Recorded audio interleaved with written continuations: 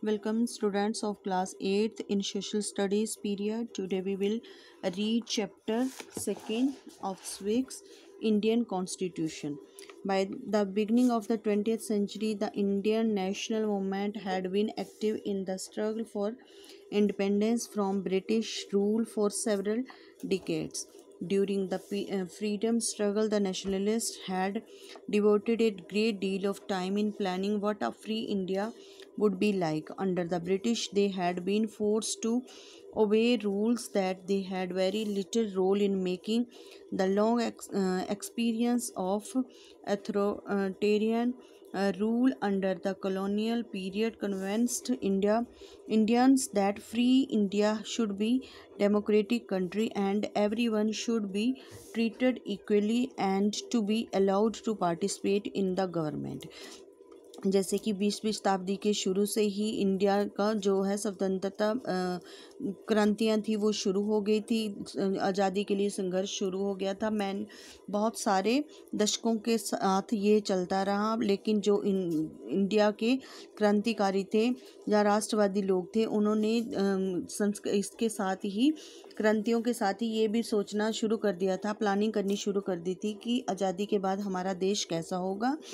British सरकार के under जो हमारे इंडिया था, ये उन लोगों के ही जो रूल रेगुलेशन बनाए हुए थे उन्हीं के अंडर रहता था, जिनको बनाने में इनका कोई हाथ नहीं था और इन्होंने बहुत सारी उनकी जातियां भी सहन की हैं। इंडिया के जो राष्ट्रवादी लोग थे, जो क्रांतिकारी लोग थे, वो ये चाहते थे कि जो हमारा भारत देश हो वो एक लोकतंत्र देश हो और हर एक को बराबर जहाँ समानता का अधिकार मिले और सारे लोग जो हैं गवर्नमेंट में पार्टिसिपेट करें। The preamble. Our constitution is the longest one in the world. It has more than 400 articles and is divided into 12 schedules. जो हमारा कॉन्स्टिट्यूशन है, संविधान है, वो दुनिया का सबसे लंबा संविधान है। इसमें 400 से ज़्यादा आर्टिकल्स हैं और ये 12 शेड्यूल्स में बांटा हुआ है। Our constitution begins with a preface or introduction called the preamble. It highlights the goals and aspirations of the Indian people. जो हमारा संविधान है उसको शुरू करने के लिए, मतलब उसको जो संविधान लिखने से पहले एक इंट्रोडक्शन लिखी गई है, उसे हम जिसे प्रस्तावना भी कहते हैं, लिखी गई है, जिसे कि हम प्रेम्बल कहते हैं। और ये इसमें जो है लोगों की उद्देश्य और आकांक्षाओं के बारे में भी है। The preamble of the Indian Constitution contains the objectives of the Constitution. The original preamble stated India to be a sovereign democratic republic. In 1976, the 42nd Amendment added the words socialist and secular. जो हमारा Indian preamble है, ये इसका main जो उद्देश्य है ये क्या है कि जो इंडिया जो स्टेट है इसको इन्होंने प्रभुसत्ता संपन्न लोकतांत्रिक रिपब्लिक गणतंत्र का नाम दिया है। 1976 में जो 42वां अमेंडमेंट था उसमें इसमें 2 शब्द और जोड़े गए थे, जो कि समाजवादी और धर्मनिरपेक्ष। The preamble to the Constitution of India. We, the people of India, having solemnly resolved to constitute India in a sovereign, socialistic, secular, democratic republic and to secure to its citizens. जो हमारा संविधान है, इसमें हमारा संविधान India को कैसा बनाता है? प्रभुसत्ता संपन्न, समाजवादी, धर्मनिरपेक्ष, लोकतांत्रिक और गणतंत्र।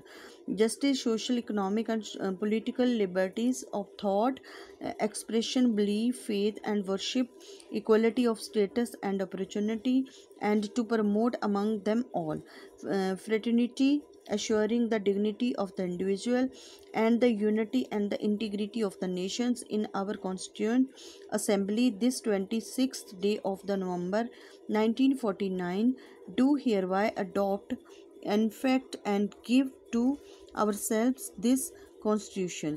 जो हमारा संविधान है इसमें हमें न्याय का अधिकार देता है, जिसमें कि सामाजिक, आर्थिक और राजनीतिक न्याय होता है और आज़ादी भी देता है अपने मतलब विचारों को एक्सप्रेस करने की, विश्वास जो हमारा और जो हमारी जो हम धर्म अपनाते हैं उसकी आज़ादी देते हैं। इसके हमारे संविधान में ये भी है कि हम सब जो हैं समान हैं, और ये भाईचारा एकता की भी इसमें बात हो रखी है।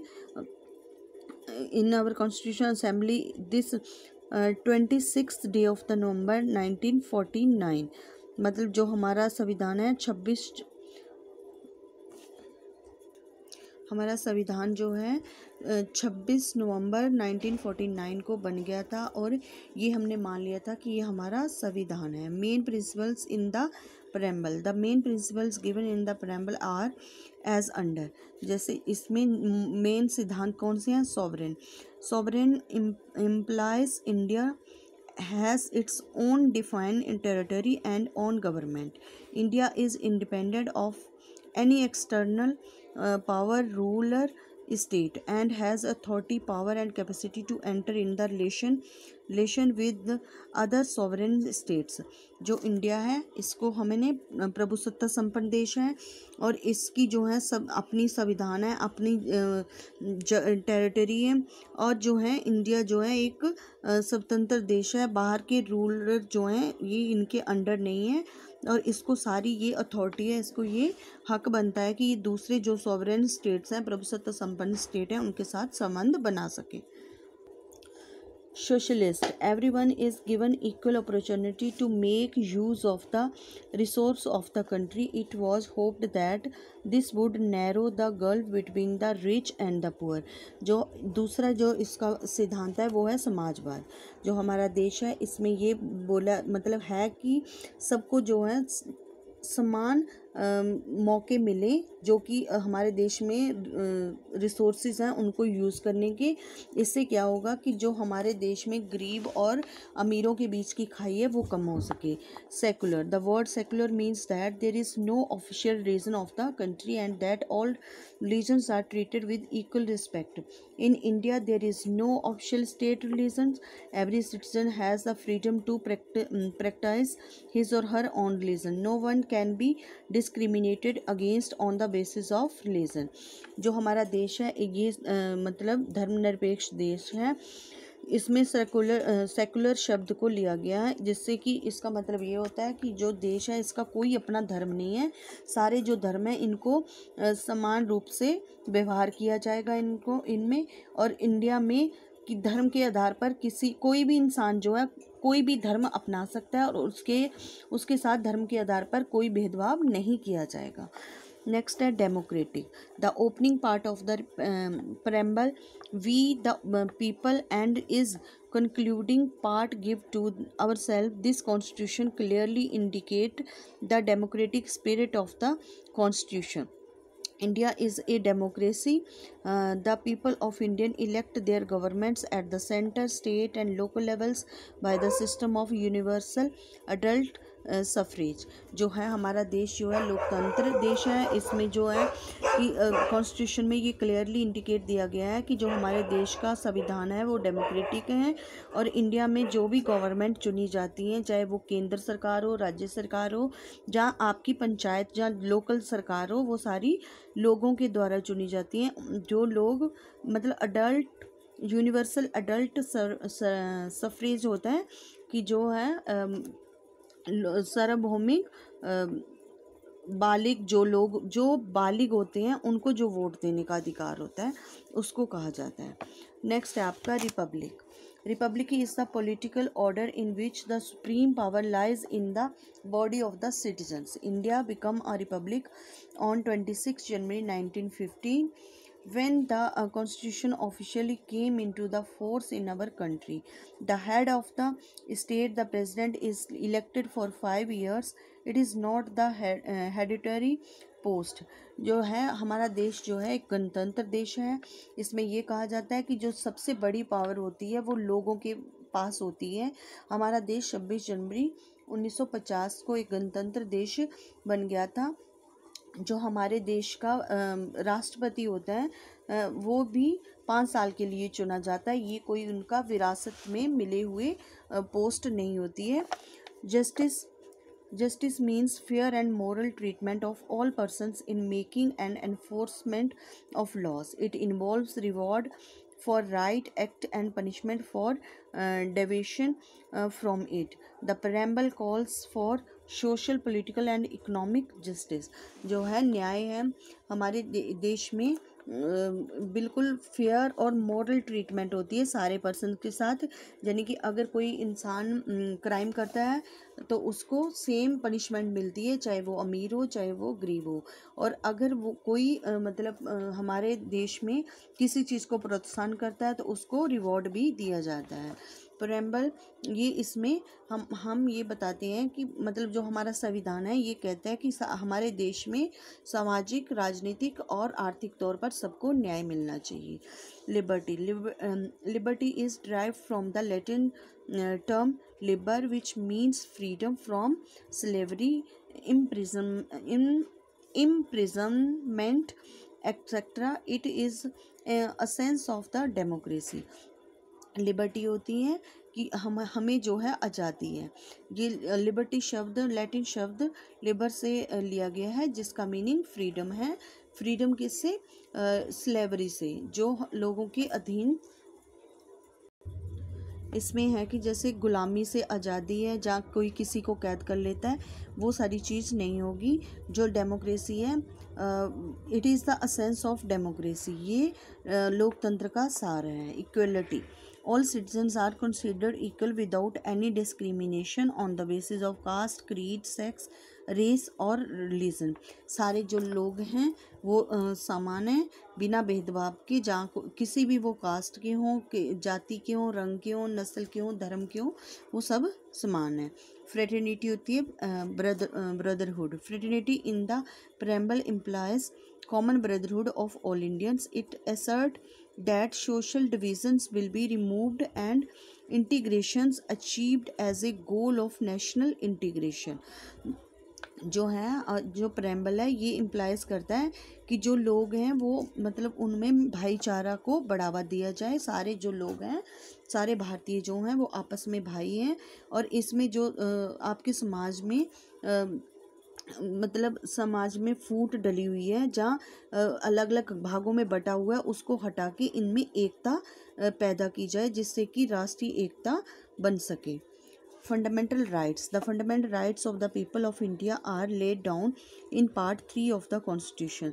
जो फंडामेंटल राइट्स हैं वो हमारे संविधान के पार्ट 3 में दिए गए हैं। दे ensure that people can live with dignity and freedom. If any of these rights are violated, a citizen can approach the court for redressal.